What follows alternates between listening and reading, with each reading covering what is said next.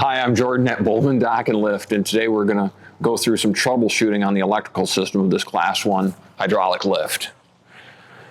So the electrical system and the hydraulic system work together to raise the lift up and down. Both have to be functioning in order for the lift to work properly, and the electrical system's a lot easier to check to knock off some issues if the customer has complaints. So most likely a customer is going to state something like the lift's not working, or the lift is going slow, or the lift is making a clicking noise, or not doing anything at all if there's an electrical problem.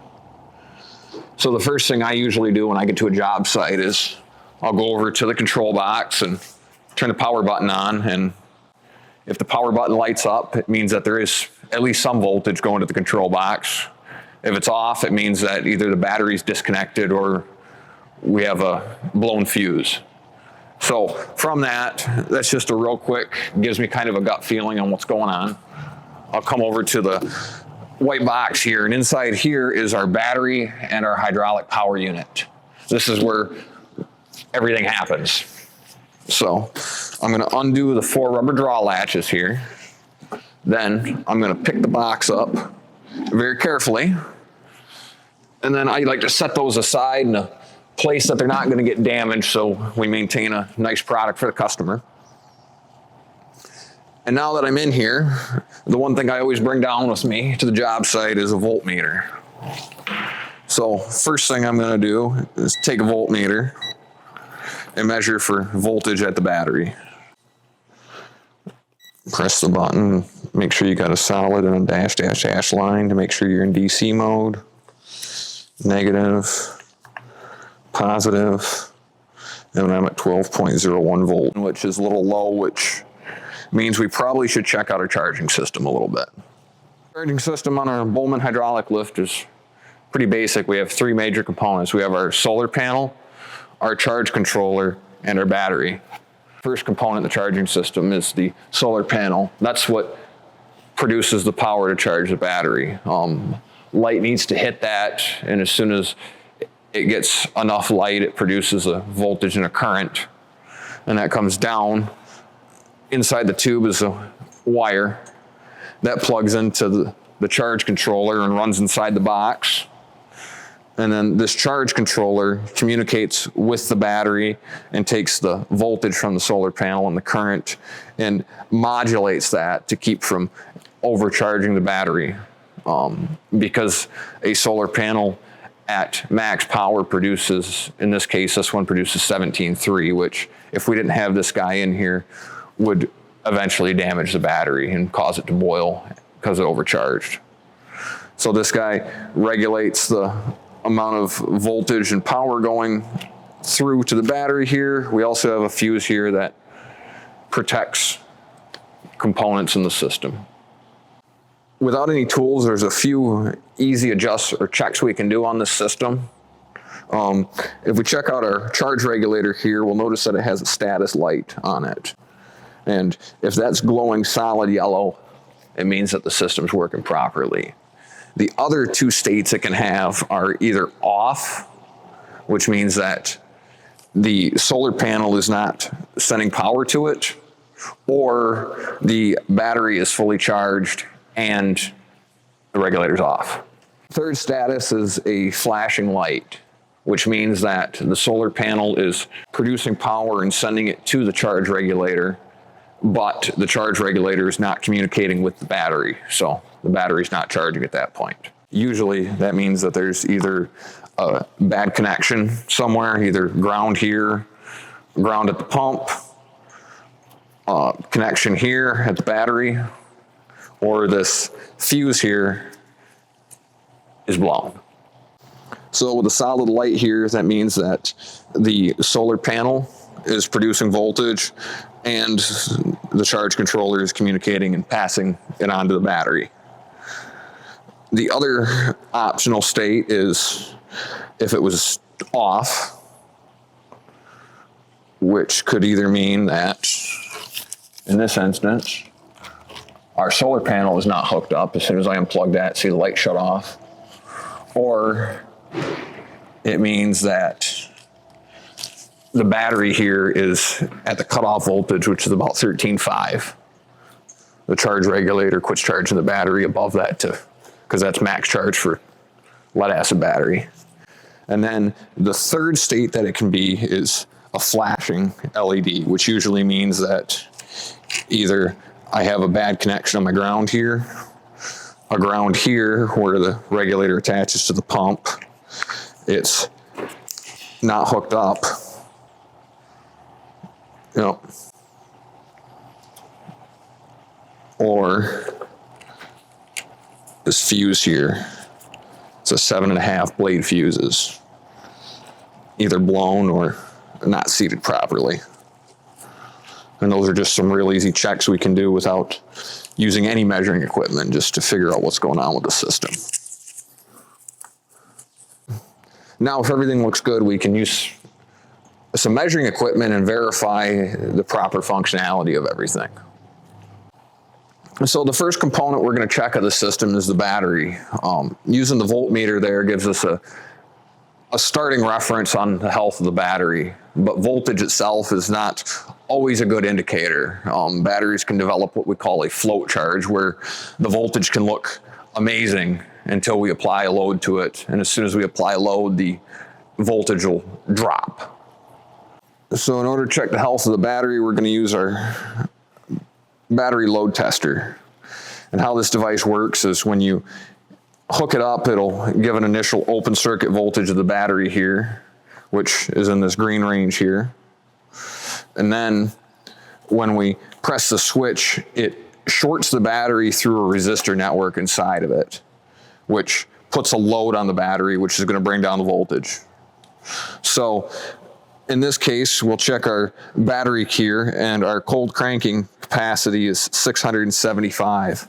So we'll go down to the scale here that says 600, and then we're going to press and hold it for a little bit. We don't want to go too long because this device is going to get really warm as it dissipates the current from the battery. And then we'll watch and see where the needle ends up on the scale, whether it ends up in the yellow, which is weak, or red, which is bad, or if it stays in the green, which means that the battery is in good health.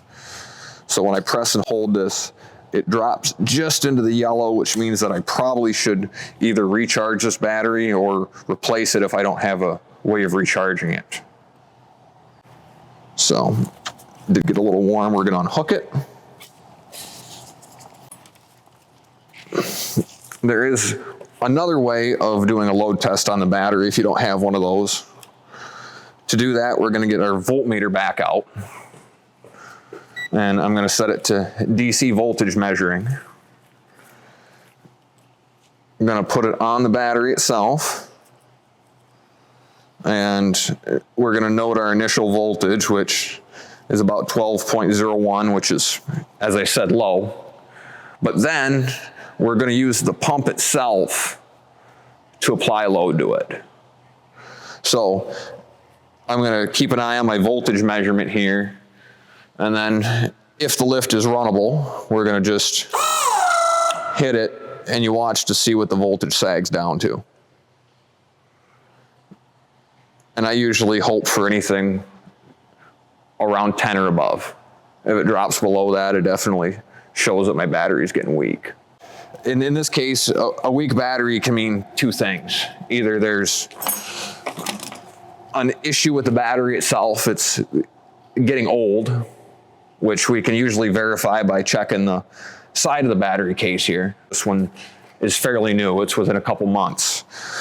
So in that case, that usually means that the battery internals are probably functioning fine. It hasn't aged long enough to get a hard sulfation buildup on the plates, which would cause an internal plate short or lower the area available for the plates in the acid solution. So that just means that from our testing, that this battery has a low voltage, it just needs to be recharged. And that's the first thing I do. So we've determined that the battery is low, which means we need to check out our charging system. The first easy thing to check on the charging system is the solar panel, and make sure that the solar panel is producing like it's supposed to. So we're going to check the open circuit voltage of the solar panel. That tells what the voltage is of the panel when it's not hooked up to anything, open circuit. And that value is printed on a label on the back of the panel. That's the max number it'll produce in really good light. In this case, since I'm inside, I have a simulator set up to go through the charging system operation. So real easy, I'm going to take my voltmeter, make sure that it's set for DC mode, and then I'm going to come down and I'm going to unplug the 2-pin connector here that goes between the solar panel and the charge controller. Then I'm going to probe black into the shielded connector and the red on the exposed, and I'm looking at about 21.2. So we're getting real good voltage out of this, and then the next thing we can do is check for a current on the panel, and with the current and the voltage we can verify that it's putting out the 10 watts that it's rated for. I'm going to use a little ammeter to measure the short circuit current. An ammeter is just a device that allows for the measurement of current. And in this case, to measure the short circuit current, we're going to take our meter and short it across the panel. So I'm going to connect one terminal of the meter to the exposed and one terminal of the meter to the shielded terminal on the connector coming off the solar panel, as shown here. So in order to do this, I'm going to take one terminal of my ammeter and connect it to the shielded here, and one terminal of my ammeter and just connect it to the exposed. And that'll short the current from the solar panel through the ammeter so we can measure it. And in this case, with the sim set up, I'm getting 0.6, which is about what the solar panel's rated for. So with an open circuit voltage of 21.29 and a short circuit current of 0.6 amps, those are really close to the open circuit voltage of 21.7 and 0.6 amps of the short circuit that are written on the back of the panel. So the panel is producing like it is supposed to. So because we've verified that our panel is producing exactly what it's supposed to, next we can go and check and verify that our charge controller is passing that on to the battery properly. So after going through the 3 statuses available on the charge controller, either off, solid, or blinking, in this case with a solid light on it, there's a few measurements we can do. If we have a blinking, we need to verify that we have a good connection between the charge controller and the battery. And if the light's off, we need to verify that our solar panel is plugged into the charge controller. So since all that is good, we can do a current measurement and check that the charge controller is passing the current onto the battery. With the way this charge controller operates, we can't simply unhook the charge controller from the battery and put a voltmeter across it, because the charge controller needs to communicate with the battery in order to pass the current across. It senses what the voltage in the battery is and then modulates, turns off and on, and changes how much current flows through. If it doesn't recognize that the battery is connected to it, it won't do anything. So to do a current test, it's real easy. We're going to use our ammeter again. I got one that replaces a fuse, but we can do this with just a standard wired one. And I'm going to pull the 7.5 amp fuse, which is on the charge controller lead here. And my LED is blinking now, which means that the charge controller is disconnected from the battery. So then I'm just going to plug my tester in. And if we get a negative number, need to reverse connections. So with that, I'm getting between 0.5 and 0.6, more towards 0.6 here. So from the back of the panel, there's another value on there that says current at Pmax. And that's what we're going to use here, and that's a value of 0.6. So the charge controller is passing along the max current that it can from the panel. And our charge controller checks out. The other test we can do, we did a current measurement test on the charge controller. That is the best way of checking whether it is operating specifically. We can also check the health of the charge controller by taking our voltmeter here, and we measure the battery voltage, which in this case it's 12.1. And then we're going to measure the voltage at the connector between the solar panel and the charge controller with it still electrically hooked up to the system. So in order to do that, I'm going to take my multimeter and come over to the solar panel connector. I'm going to slightly undo it so I can get my multimeter probes in there. And on the charge controller side of it, I have a red and a black, which, as I said earlier, the red is the shielded on the charge controller side, and the black is the exposed. Exposed red wire here, and then take my black and hook it to the exposed black here. And make sure that my light's still solid on my charge controller, and we're looking for about 0.3 volts higher, which I'm at about 12.4. So I'm at 0.3 volts higher. That's normal for our charge controller setup, a 0.3 voltage drop. So it's operating exactly how it's supposed to. With all these numbers that we've measured from the lift, if yours vary, we can make some different conclusions. The solar panel itself, the open circuit voltage is 21.7 is the max, and that's what we're shooting for. If it's less than that, there's a few different things to check. If it's not much less, like around 19 to 20, it could just be overcast day out. It could be that there's something covering it. So that's always something to check, is make sure that the panel is exposed and in direct sunlight as much as it can. If it's way lower than that, it's probably a defective panel or a bad connection, and it'd be worth checking the wiring between the connector here for corrosion, and then check the splice between the connector and the panel, and then work your way up and verify that all that wiring looks good. And if that's the case, probably need to replace the panel. If it is not getting any voltage out of it, need to check wiring. The panel could be totally covered. Make sure it's not night. And so those are a few of the major conclusions we can draw just by going from the open circuit voltage of the panel. And that's, of course, not everything. I have seen panels before with a perfect open circuit voltage, but didn't produce much current. And just because it's nice and sunny out, just because there's a good open circuit voltage doesn't always mean that the panel's producing max current or charging the battery, because that voltage could just be there and it doesn't have any current behind it, which means that it's not charging. The amount of light is kind of what controls the voltage, but the intensity of the light is what controls the amperage coming out of the panel.